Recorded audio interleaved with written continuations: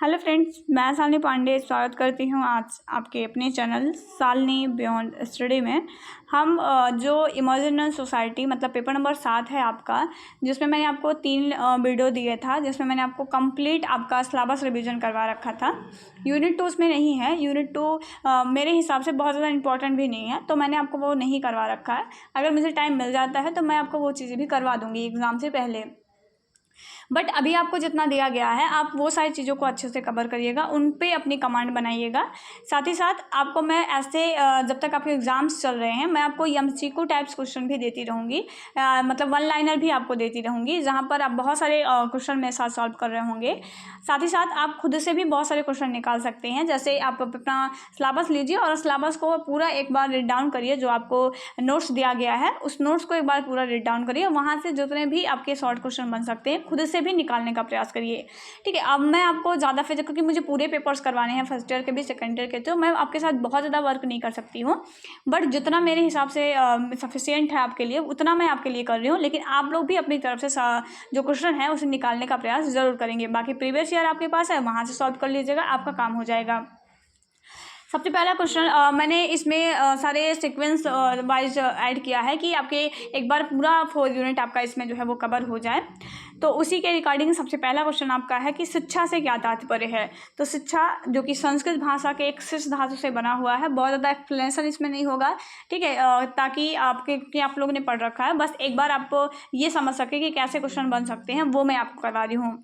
तो शिक्षा अगर हम देखते हैं तो अगर भारतीय परिप्रेक्ष्य में देखें तो हम मानते हैं कि ये एक शिष्ट धातु से बना हुआ है। संस्कृत का एक शिष्ट धातु है, उसी से बना हुआ है, जिसका मतलब होता है सीखना और सिखाना। अगर वहीं पर हम बात करते हैं जो कि एजुकेशन शिक्षा को हम वही बात करते हैं कि एजुकेशन शब्द की, तो एजुकेशन जो ये इंग्लिश वर्ड है ये एक लैटिन वर्ड से निकला है, जो एजुकेटम होता है। और इस एजुकेटम को 2 वर्ड में तोड़ देते हैं, ई प्लस डिको में। ई का मतलब होता है इनर एबिलिटी, मतलब अंदर से। डिको का मतलब होता है डिकोड करना, मतलब बाहर निकालना। तो एजुकेशन का बेसिकली मतलब यही होता है कि आपके अंदर के जो क्षमताएं हैं, मतलब किसी भी व्यक्ति के अंदर की जो क्षमताएं हैं, बस उन्हें बेहतर एजुकेशन के माध्यम से बाहर उभार देना, उसको प्रज्वलित कर देना, ये आपका होता है एजुकेशन का मतलब। उसके बाद अगर हम बात करते हैं कि औपचारिक शिक्षा के क्या क्या साधन होते हैं, तो औपचारिक शिक्षा आप जानते हैं जो कि वेल मेंटेन शिक्षा होती है, जहाँ पर नियम कानून सब चीज़ें फिक्स होती हैं, तो वो औपचारिक शिक्षा होती है। और इसके प्रमुख साधन आपके विद्यालय, पुस्तकालय और संग्रहालय होते हैं। कई बार एग्जाम में पूछा गया है, तो ध्यान रखिएगा, विद्यालय, पुस्तकालय और संग्रहालय वो औपचारिक शिक्षा के साधन होते हैं। उसके बाद अनौपचारिक शिक्षा के कौन कौन से साधन होते हैं आप सभी जानते हैं। औपचारिक अनौपचारिक शिक्षा क्या है, तो उसमें कुछ भी आपको बताना नहीं है। तो आप लोग औपचारिक अनौपचारिक में डिफरेंस भी पढ़ लेंगे, डिफरेंस भी आपको मैंने करा रखा था। और उसके साधन को ज़रूर ध्यान रखेंगे, ये मोस्ट इंपॉर्टेंट है, यहाँ से क्वेश्चन कई बार बना हुआ है, तो ये चीज़ें आप ध्यान रखेंगे। तो पहला आपका मतलब अनौपचारिक शिक्षा के साधन की बात करते हैं, तो उसमें परिवार, पड़ोसी, खेल का मैदान, पुस्तकालय और भी बहुत सारी चीज़ें आ सकती हैं। चलिए यहाँ पे थोड़ा करेक्ट करेंगे, ये पुस्तकालय आपका औपचारिक शिक्षा के साधन में जाता है। ठीक है, यहाँ पर पुस्तकालय नहीं होगा, ये आप ठीक कर लेंगे। उसके बाद है औपचारिक तथा अनौपचारिक में कोई एक अंतर लिखिएगा। तो औपचारिक शिक्षा आप जानते हैं वो कृत्रिम परिवेश में होती है, बनावटी वातावरण होता है। जैसे आप विद्यालय जाते हैं तो वहाँ पर एक बनावटी वातावरण होता है, ठीक है, वो कृत्रिम वातावरण होता है, वो प्राकृतिक वातावरण नहीं होता है। जबकि अनौपचारिक शिक्षा जो होती है उसे हम एक प्राकृतिक वातावरण में सीखते हैं, घर परिवार जैसा माहौल होता है, वो हम चीज़ें सीखते हैं, समाज में हम सीखते हैं, तो वो एक प्रकार की प्राकृतिक वातावरण होता है। लेकिन जब हम विद्यालय जाकर के कोई चीज़ सीखते हैं तो वहाँ पर एक कृत्रिम वातावरण हमें देखने को मिलता है। उसके बाद दर्शन से क्या मतलब है वो आप मेरे साथ जान रहे होंगे।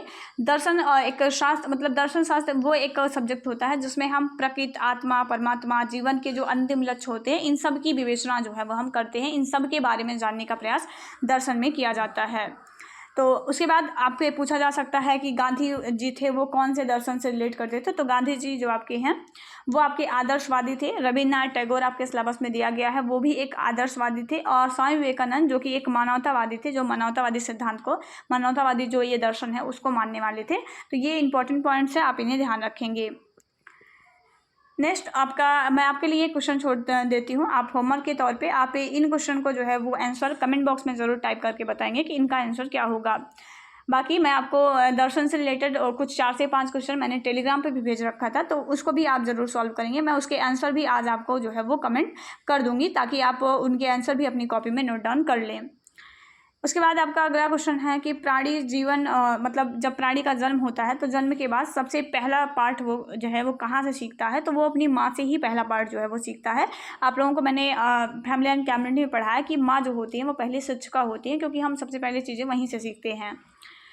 अगला है शिक्षा के द्वारा मनुष्य की जन्मजात शक्तियों का विकास, उनके ज्ञान एवं कला कौशल में वृद्धि। ये मतलब आपके बीच में ऐसे गैप दे सकता है, तो वो किस प्रकार का परिवर्तन होता है, तो वो व्यवहार में परिवर्तन जो है वो किया जाता है। शिक्षा के द्वारा हम व्यक्ति के जो जन्मजात क्षमताएं होती हैं उनको बढ़ाने का काम करते हैं, व्यक्ति के अंदर ज्ञान और कौशल जो होते हैं उनमें वृद्धि करने का काम करते हैं। साथ ही साथ बच्चे का जो व्यवहार होता है वो परिवर्तन करने का काम किया जाता है। तो शिक्षा अधिगम होता ही है व्यवहार में अस्थायीगत परिवर्तन, तो ये आपका व्यवहार में भी परिवर्तन आपके लाता है। जब आप पढ़ लिख लेंगे तो आपके अंदर जो है वो शालीनता, या फिर हम कह सकते हैं कि मतलब जो घमंड है वो सब आपके अंदर नहीं होगा, शालीनता आपके अंदर आएगी। ठीक है, आपके अंदर बात करने का तरीका आपका बदल जाएगा। ठीक है, जब आप पढ़े लिखे होंगे तो आपको समझ में आएगा कि हाँ चीज़ें क्या हैं, आप सही तरीके से एक सामाजिक प्राणी बन जाएंगे। ठीक है, तो आपके व्यवहार में बहुत ज़्यादा परिवर्तन आता है एजुकेशन के माध्यम से। उसके बाद शिक्षा वह है जो मुक्ति दिलाए, ये किसका कथन था, तो ये जगत गुरु मतलब जगत गुरु शंकराचार्य जी का कथन था। तो ये आप ध्यान रख सकते हैं, ऐसे भी क्वेश्चन दे सकता है आपको कि शिक्षा वह है जो बीच में कुछ खाली जगह छोड़ दे, आपको फिल करना रहता है। तो कुछ 2-4 शिक्षा की जो परिभाषाएं हैं उसे ध्यान रखेंगे, हो सकता है आपको पूछ लिया जाए कि ये इसका ये कथन जो है वो किसका है। उसके बाद औपचारिक शिक्षा जो होती है, ऐसे आपको ट्रू एंड फॉल्स में ही बहुत सारे क्वेश्चन पूछे जाते हैं, कौन सा ट्रू है कौन सा फॉल्स है। और मैं आपको एक चीज़ यहाँ पर रिकमेंड करना चाहूँगी, जैसे अगर आपसे पूछा गया है सत्य और असत्य बताइए, ठीक है, जैसे वो आपसे कहता है कि सत्य और असत्य कथन इसमें से पहचानिए, तो जब आप अपने आंसर लिख रहे होंगे ना तो वहाँ पर आप सत्य और असत्य मतलब सत्य ही डालें, ये ना लिखें कि ये सही है, या फिर ये ना लिखें कि ये इस तरह का निशान बना दे। देखिए एग्जाम क्योंकि हम जब एग्ज़ाम दे रहे हैं तो हमारा मेन टारगेट ये होना चाहिए कि एग्जामिनर हमसे जो पूछ रहा है हम बस उसके जवाब उसको दे दें। एग्जामिनर हमसे जो पूछता है मतलब वो चाहता ही यही, पेपर का मतलब यही होता है कि आपसे जो पूछा जा रहा है आप उसको बताइए, ज्ञान मत दीजिए, अपना एक्स्ट्रा ज्ञान मत दीजिए। अगर आप एक्स्ट्रा ज्ञान देंगे तो वहाँ पर आपको कितना भी ज्ञान है वो उतना मायने नहीं रखता है, लेकिन अगर जो प्रश्न पूछा गया है उसका अगर आप सटीकता के साथ जवाब दे रहे हैं वो बहुत इंपॉर्टेंट होता है।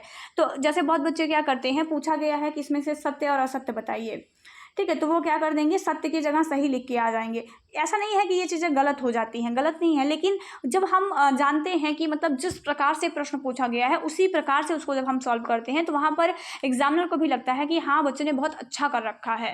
ठीक है, गलत नहीं है, ऐसा नहीं है कि वो आपके मार्क्स काट लेंगे या ऐसा कुछ, बस अपनी कॉपी को बहुत वेल मेंटेन बनाने के लिए आप जैसा प्रश्न पूछा गया है वैसा ही जवाब दें। अगर पूछा गया है सत्य और असत्य में बताओ तो सत्य असत्य में बताओ, सही गलत लिखा गया है ऊपर आपके निर्देश में लिखा गया है कि इसमें सही और गलत की पहचान करें, तो वहाँ पर जो सही है उसके आगे सही लिखें, जो गलत है उसके आगे गलत लिखें। वहाँ टिक मार्क करके या उसे ट्रू एंड फॉल्स लिख करके आप चले आ रहे हैं तो ये उतना ज़्यादा इफेक्टिव नहीं होता है। इफेक्टिव वो होगा जो पूछा जा रहा है वो आप बताओ।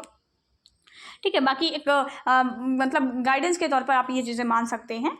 और उसके बाद हम बात करते हैं तो औपचारिक शिक्षा जो है वो कृत्रिम, जटिल और अप्राकृतिक होती है, ये आपसे पूछा गया है तो बिल्कुल सही होता है। औपचारिक शिक्षा हमने आपको बताया कि एक कृत्रिम परिवेश होता है जहाँ पर आप सीखते हैं, ये जटिल भी होता है, बहुत सारे इसमें तरीकों का इस्तेमाल किया जाता है, तो अप्राकृतिक भी होता है, एक प्राकृतिक वातावरण भी वो नहीं होता है। तो सही है आपके औपचारिक शिक्षा के बारे में जो दिया गया है। अगला है अनौपचारिक शिक्षा जो है वो पूर्व आयोजन, नियोजन एवं सांप्रदायिक उपायों द्वारा प्रदान की जाती है। तो ये भी आपका बिल्कुल सही है कि हम एक पूर्व योजना जैसे लेसन प्लान बनाकर टीचर पढ़ाता है ना, तो ये क्या है, एक प्रकार की औपचारिक शिक्षा ही तो है। तो ये बिल्कुल सही लिखा है कि एक नियोजन होता है, इसमें प्रयत्न करना पड़ता है। जब आप कॉलेज जाते हैं वहाँ पर आप औपचारिक शिक्षा लेते हैं तो जो भी चीज़ें अभी आप जो पढ़ रहे हैं मेरे साथ, ये औपचारिक शिक्षा है।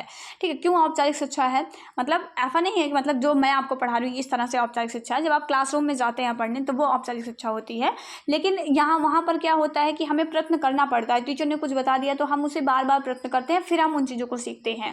ठीक है, तो ये बेसिकली जो होता है ये पूरी तरह से प्रयत्न पर निर्भर करता है, तो बिल्कुल सही है आपका ये। ऐसे ही क्वेश्चन आपसे पूछे जाते हैं एग्जाम में, तो इंपॉर्टेंट है, सारे पॉइंट आप ध्यान रखेंगे। औपचारिक शिक्षा जो है वो विद्यालय की चारदीवारी के बाहर प्रदान की जाती है। ठीक है, मतलब चारदीवारी से बाहर प्रदान की जाती है, तो ये गलत हो जाएगा। हमने आपको पढ़ाया भी था, आप अगर लेक्चर देखा होगा वो वाला फर्स्ट लेक्चर में पढ़ाया था, तो औपचारिक शिक्षा जो होती है वो चारदीवारी के अंदर प्रदान की जाती है। विद्यालय क्या है, चारदीवारी के अंदर ही तो आप पढ़ रहे हो, तो वो एक प्रकार की औपचारिक शिक्षा ही होती है। उसके बाद है औपचारिक शिक्षा का प्रमुख साधन संग्रहालय जो होगा वो आपका होता है। तो संग्रहालय जो होता है वो औपचारिक शिक्षा का मतलब अनौपचारिक शिक्षा का प्रमुख साधन नहीं होता, ये औपचारिक का होता है। ऊपर मैंने आपको बताया था पुस्तकालय, संग्रहालय और विद्यालय, ये 3 प्रकार के औपचारिक साधन होते हैं, ना कि अनौपचारिक। ठीक है, तो ये चीज़ें आप ध्यान रखेंगे, ये गलत हो जाएगा। अगला है आपका जो अनौपचारिक शिक्षा के प्रमुख साधन परिवार, पड़ोस, राज्य इसमें शामिल होते हैं। तो सही है, अनौपचारिक शिक्षा मतलब इनफॉर्मल एजुकेशन में यही सारे लोग शामिल होते हैं। अगला है निरौपचारिक शिक्षा का पाठ्यक्रम निश्चित होता है। तो जो निरौपचारिक शिक्षा होती है मतलब नॉन फॉर्मल एजुकेशन होती है, तो नॉन फॉर्मल एजुकेशन में सिलेबस डिफाइन होता है। जैसे आप मुक्त विद्यालय में जाते हैं या डिस्टेंस मोड वाले विद्यालय में पढ़ते हैं तो वहाँ पर सिलेबस तो डिफाइन होता है कि आपको कोई भी अगर आप कोर्स कर रहे हैं तो उसमें कौन सा सिलेबस पढ़ना है, बट वहाँ पर थोड़ा लचीलापन होता है, पूरी तरह से औपचारिक नहीं होता है, इसलिए हम इसे गैर औपचारिक या निरौपचारिक जो है वो बोलते हैं। बाकी उसका सिलेबस जो है वो डिफाइन आपका होता है, तो ये आपका सही हो जाएगा। निश्चय क्वेश्चन है आपका, प्रकृतिवादियों का एक अन्य नाम क्या है, जिसे हम भौतिकवादी भी मानते हैं। ठीक है, क्योंकि ये भौतिक जगत में विश्वास रखते हैं तो इसी वजह से हम इनको भौतिकवादी भी कहते हैं। अगला है सत्यम शिवम सुंदरम, जो है वो शिक्षा का मतलब ये शिक्षा का आधार मानते हैं। वो कौन सा आपका वाद होता है, तो वो आदर्शवादी होते हैं, जो बोलते हैं कि जो सत्य है वही शिव है और जो शिव है वही सुंदर है। तो ये चीज़ें आप ध्यान रखेंगे। अगला है आपका प्रयोजनवाद की उत्पत्ति स्थल मतलब किस देश को माना जाता है, तो वो प्रयोजनवाद जो है वो आपका अमेरिका से जो है वो माना जाता है। बाकी आप वहाँ उन सब चीज़ों को भी थोड़ा सा जो है माइंड में रख लीजिएगा, बहुत ज़्यादा वहाँ से क्वेश्चन नहीं बनता है, मैंने बहुत सारे क्वेश्चन नहीं देखे हैं बट इंपॉर्टेंट है आपके लिए, वो भी ऐसा नहीं है कि आप बिल्कुल छोड़ के जाएंगे। मुझे टाइम मिलेगा तो मैं यूनिट 2 भी आपको करवा दूंगी, बाकी मैंने जितना करवा रखा है उतना पढ़िएगा और अपनी तरफ से भी थोड़ा सा आप मेहनत कर लीजिएगा और यूनिट 2 को एक बार आप जरूर एक बार पढ़ लीजिएगा।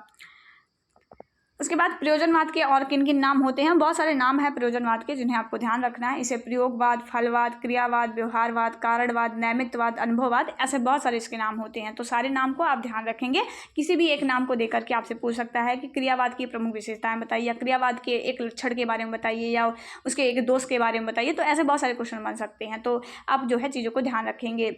अगला है प्रयोजनवाद क्रिया को सर्वोच्च स्थान देता है। तो बिल्कुल प्रयोजनवाद जो होता है मतलब प्रैग्मेटिक्स का मतलब ही होता है कि आपके अनुभव में जो सही पाया जाए, आपकी क्रिया में जो सही पाया जाए वो सही है, आपके अनुभव में जो सही ना पाया जाए वो गलत है। तो ये बिल्कुल आपकी क्रिया को जो है वो सर्वोच्च मानते हैं, तो इन चीज़ों को भी आप ध्यान रखेंगे। नेक्स्ट क्वेश्चन है आपका, शिक्षा बालक के लिए है, बालक शिक्षा के लिए नहीं, यह विचार किसका है, तो ये प्रयोजनवाद का विचार है कि जो शिक्षा होती है वो बालक के लिए होती है, बालक जो होता है वो शिक्षा के लिए नहीं होता है, तो ये प्रयोजनवाद ही आपका मानता है। अगला है आपका, गांधी जी ने किस आयु वर्ग के बच्चों के लिए निःशुल्क और अनिवार्य शिक्षा पर बल दिया था। बहुत इंपॉर्टेंट है ये पॉइंट, आप इसे बहुत अच्छे से याद रखेंगे कि ये 7 से 14 वर्ष तक के बच्चों की यह बात इन्होंने किया था। 7 का डबल 14, तो आप इस तरह से याद रख सकते हैं, 7 से 14 वर्ष तक के बच्चों की बात गांधी जी करते हैं। उसके बाद है गांधी जी ने किस माध्यम में शिक्षा देने की बात की थी, तो ये मातृभाषा को ज़्यादा इंपॉर्टेंस देते हैं और इसी माध्यम में शिक्षा देने की बात भी करते हैं। इंपॉर्टेंट चीज़ें हैं जो आपके लिए वो आप ध्यान रखेंगे। अगला है, गांधी जी की राष्ट्रीय शिक्षा किस नाम से जानी जाती है, तो इसे हम बेसिक शिक्षा मतलब बुनियादी शिक्षा भी इसे हम कहते हैं। अगला है, बेसिक शिक्षा के और कौन कौन से नाम होते हैं, तो आप ध्यान रखेंगे बेसिक शिक्षा को ही हम वर्धा शिक्षा, नई तालीम वाली शिक्षा, बुनियादी शिक्षा, ये सब चीज़ें हम इसको बोलते हैं, तो आप इन चीज़ों को ध्यान रखेंगे। अगला है, रविन्द्रनाथ टैगोर जी को किस रचना के लिए नोबेल पुरस्कार दिया गया था, तो उनकी गीतांजलि थी, मतलब गीतांजलि रविन्द्रनाथ टैगोर जी की एक रचना थी जो कि आज एक आदर्शवादी हैं और इन्हीं रचना के लिए इनको नोबेल पुरस्कार जो है वो आपका दिया गया था। तत्व मीमांसा क्या होता है, ज्ञान मीमांसा क्या है, मूल मीमांसा क्या है, वो आप ध्यान रखेंगे। तत्व मीमांसा क्या है, जिसमें वास्तविकता का जो विज्ञान होता है उसे हम तत्व मीमांसा कहते हैं। ज्ञान मीमांसा जिसमें ज्ञान का मतलब ज्ञान का जो विज्ञान होता है उसे हम ज्ञान मीमांसा, और मूल्यों का जो विज्ञान होता है उसमें हम मूल मीमांसा कहते हैं। तो इंपॉर्टेंट पॉइंट्स है, आप ध्यान रखेंगे। अगला है आपका, एनसीईआरटी का सबसे पहले फुल फॉर्म याद रखिए, कब गठन हुआ है, क्या उद्देश्य है, इतना आप ध्यान रखेंगे। आप अगर लेक्चर नहीं देखे हैं अभी तक, अपने से जिन बच्चों ने लेक्चर नहीं देखा होगा वो तीनों लेक्चर मैं इसके कमेंट बॉक्स में मैं आपको पिन कर दूंगी, वो सारे तीनों लेक्चर आप जरूर देख लीजिएगा, बहुत हेल्पफुल होगा आपके लिए। आप ये सारे टॉपिक्स करके जाइए जो हम आपको बता रहे हैं, आप देखकर अपना पेपर आइएगा, फिर एक बार ज़रूर कमेंट करिएगा और ज़रूर बताइएगा कि मैम हमारा पेपर कैसा गया है और क्वेश्चन मिले हैं या फिर नहीं, वो भी आप मुझे ज़रूर बताइएगा। उसके बाद हम एनसीईआरटी की बात करते हैं, तो एनसीईआरटी जैसे हम national council of educational research and training कहते हैं, तो 1961 में इसका गठन किया गया था। तो ये चीज़ें आप ध्यान रखेंगे, जो राष्ट्रीय स्तर की शिक्षाओं को निर्धारित करने का काम करती है, राष्ट्र स्तर पर काम करती है ये आपकी। अगला है SCRT। ठीक है, SCRT में जहाँ यन लिखा है वहाँ पर यस लिखा है और बाकी की चीज़ें सेम होती हैं। तो यस का फुल फॉर्म याद रख लीजिएगा कि यस मतलब स्टेट की बात कर रहा है, राज्य स्तर की शिक्षा की बात कर रहा है। तो state council of educational research and training होता है। तो सेम ही सारी चीज़ें होती हैं यहाँ पे, बस आपको यन की जगह जो है वो यस कर देना है। यन मतलब नेशनल, राष्ट्रीय स्तर पर, यस मतलब स्टेट, राज्य स्तर पर। उसके बाद आप UGC के बारे में याद रखेंगे। UGC जैसे हम यूनिवर्सिटी ग्रांट कमीशन कहते हैं, 1956 में जो है UGC का गठन किया जाता है, जो कि नेट एंड JRF जैसी नेट की जो परीक्षाएं होती हैं वो नेट की परीक्षाओं का आयोजन करवाता है। तो ये आप ध्यान रखेंगे। उसके बाद MOE है, जैसे आप मिनिस्ट्री ऑफ एजुकेशन कहते हैं। तो मिनिस्ट्री ऑफ एजुकेशन क्या होता है वो आप ध्यान रखेंगे। इसका जो नाम बदला गया, ये आपका जब देश आज़ाद हुआ था तो 1947 में ही इसका गठन कर दिया गया था। उस समय ये आपका शिक्षा मंत्रालय के नाम से ही जाना जाता था। बाद में 2000 उसके बाद राजीव गांधी की सरकार आती है तो फिर उन्होंने उसे मानव संसाधन विकास मंत्रालय कर दिया गया था। मैंने यहाँ पर नोट डाउन नहीं किया है, लेकिन आप MHRD का जो फुल फॉर्म होता है, मिनिस्ट्री ऑफ ह्यूमन डेवलपमेंट, मतलब मिनिस्ट्री ऑफ रिसोर्स डेवलपमेंट जो आपका फुल फॉर्म होता है, मानव संसाधन विकास मंत्रालय जो कहते हैं। तो आप इसको भी जो है वो ध्यान रखेंगे, इसका फुल फॉर्म भी ध्यान रखेंगे। MOE जिसे आप मिनिस्ट्री ऑफ एजुकेशन कहते हैं, 2020 में नरेंद्र मोदी जी के द्वारा जब नई एजुकेशन पॉलिसी आती है तो इसके नाम में परिवर्तन कर दिया जाता है। तो इन चीज़ों को भी आप ध्यान रखेंगे। ठीक है, बहुत ज़्यादा आपका टाइम किल ना हो और आपका प्रिपरेशन भी हो जाए, इस वजह से थोड़ा फास्ट मैं स्पीड रख के आपको पढ़ा रही हूँ। ठीक है, स्पीड से आपको प्रॉब्लम हो तो आप जो यूट्यूब में फीचर्स है आप स्पीड को थोड़ा धीमा कर सकते हैं। मुझे बहुत ज़्यादा आपको टाइम आपका किल नहीं करवाना है, इस वजह से मैं चीज़ों को थोड़ा फास्ट लेकर ही चल रही हूँ, ताकि मेरे पास भी थोड़ा टाइम बच जाए और मैं आपके लिए कोई नया कंटेंट जो है वो तैयार कर सकूँ। अगला है आपका जो NGOs होते हैं उसके फुल फॉर्म आपसे पूछे गए हैं, जिसे आप नॉन गवर्नमेंट ऑर्गेनाइजेशन कहते हैं, वो आप ध्यान रखेंगे। अगला है DPSP, जिसे हम direct principle of state policy कहते हैं। तो ये चीज़ें आप ध्यान रखेंगे कि DPSP जो होता है वो उसका फुल फॉर्म क्या होता है। RT का ध्यान रखेंगे, राइट टू एजुकेशन एक्ट कहते हैं। तो ये आप ध्यान रखेंगे। RPWD का ध्यान रखेंगे, बहुत बार आप लोगों ने पढ़ा होगा, जिसे rights of persons with disability कहते हैं। तो ध्यान रखिएगा। अब आप लोगों में से कोई ये कमेंट मत करिएगा कि मैम हैंड राइटिंग नहीं अच्छी है। तो आप लोगों में से एक बच्चे ने कमेंट किया था कि मैम हैंड राइटिंग जो है वो समझ में नहीं आ रही है। तो ये मेरी ऐसी ही हैंड राइटिंग है, थोड़ा साफ लिखने का प्रयास करते हैं, बट जैसा है वो आपको थोड़ा मैनेज करना पड़ेगा। उसके बाद POA है, जैसे आप प्लान ऑफ एक्शन कहते हैं, 1992 में आया था। ये नेशनल एजुकेशन पॉलिसी 1986 जो आपकी थी उसी का संशोधन रूप था, जो कि लागू नहीं हो पाया था। तो जो है आप इसे ध्यान रखेंगे, जिसे हम प्लान ऑफ एक्शन के नाम से जानते हैं। संशोधित राष्ट्रीय शिक्षा नीति कहते हैं 1986 की, और उसी का ये आपका नया वर्जन था। 1986 की एजुकेशन पॉलिसी का कुछ संशोधन किया गया था, लेकिन इसे लागू नहीं कर पाए थे। तो ये आप ध्यान रखेंगे, 1992 में आपका प्लान ऑफ एक्शन आया हुआ था। उसके बाद आपके सिलेबस में जो है वो कॉन्स्टिट्यूशन के बारे में भी कुछ बातें की गई हैं, जिन्हें आप ध्यान रखेंगे। मोटे मोटे तौर पर मैं आपको कुछ चीज़ें रिवीजन करवा दे रही हूँ, बाकी की सारी चीज़ों को आप लेक्चर के माध्यम से पढ़ लीजिएगा। भाग 3 आपका जो है, जिसमें 12 से 35 तक के अनुच्छेद दिए गए हैं।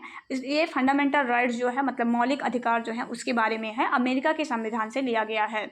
उसके बाद भाग 4 आपका होता है। भाग 1 भाग 2 आपको ध्यान नहीं रखना है, ना तो भाग 4 के मतलब भाग 5 6 आपको याद रखना है, आपको उतना डीपली नहीं पढ़ना है। जो इंपॉर्टेंट है मैंने नोट डाउन कर दिया है, और इन्हीं तीनों भाग के बारे में आप चीज़ों को पढ़ लीजिएगा। भाग 4 है, जिसमें DPSP के बारे में है, जिसे आप direct principle of state policy कहते हैं।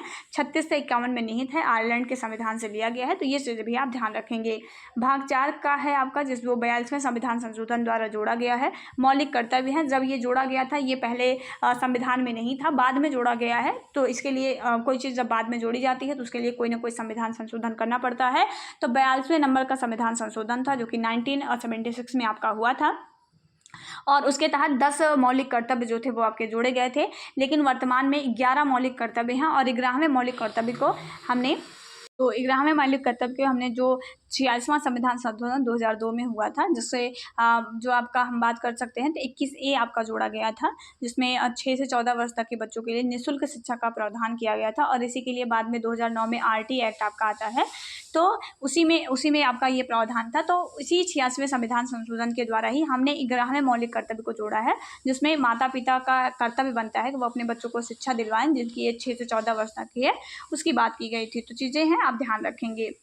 उसके बाद UNCRPD है, जैसे United nation convention on the rights of persons with disability कहते हैं, 2006 में आपका ये आया हुआ था, मतलब 2006 में हस्ताक्षर हुआ था, इस पर एक समझौता ज्ञापन था ये UNCRPD का कन्वेंशन।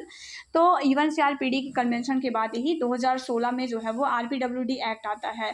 आपसे पूछा जा सकता है कि किस मतलब RPWD लाने की ज़रूरत क्यों पड़ी, क्योंकि UNCRPD में कन्वेंशन हुआ था और वहाँ पर बहुत सारे नवाचार निकल के आए थे ऐसे दिव्यांग बच्चों के लिए, इसी वजह से इसे लाने की मतलब लाने की ज़रूरत हो गई थी। उसके बाद आपसे पूछा जा सकता है कि नेशनल एजुकेशन 2020 की जो पॉलिसी आई है उसके दौरान नया शैक्षिक ढांचा क्या है, तो वो 5+3+3+4 का आपका नया शैक्षिक ढांचा है, जिन्हें आप ध्यान रखेंगे। CCE के बारे में पूछा जा सकता है, तो कंटिन्यूअस एंड कंप्रिहेंसिव इवेल्युएशन कहते हैं, इस पॉइंट को भी आप ध्यान रखेंगे। तो जो भी इंपॉर्टेंट पॉइंट थे वो सारे बता दिए गए हैं। नेक्स्ट आप जितने भी इंपॉर्टेंट पॉइंट्स आप अपनी तरफ से बना सकते हैं, जैसे रचनात्मक मूल्यांकन, योगात्मक मूल्यांकन, ठीक है, तो ये सारी चीज़ें आप ध्यान रखेंगे। गैर शैक्षिक पक्ष में क्या आते हैं, शैक्षिक पक्ष में क्या आते हैं, इनको ध्यान रखिएगा। बाकी एक नए वीडियो में किसी नए सब्जेक्ट के साथ आपसे मिल रहे होंगे। अपना ख्याल रखिएगा, अच्छे से प्रिपरेशन करिएगा। जहाँ पे अगर मेरी हेल्प की ज़रूरत हो आप एक कमेंट कर सकते हैं, उस माध्यम से आपके कमेंटों के जवाब जो है वो दिए जाएंगे। और अगर आप चैनल पर नए हैं तो सब्सक्राइब कर लीजिएगा, आप ही का भला होगा। साथ ही साथ हम मुझे भी एक मोटिवेशन मिलता है जब आपकी कम्युनिटी जो है वो बिल्ड होती है, तो आप ज़रूर जो है वो चैनल को सब्सक्राइब कर लेंगे। जय हिंद, वंदे मातरम।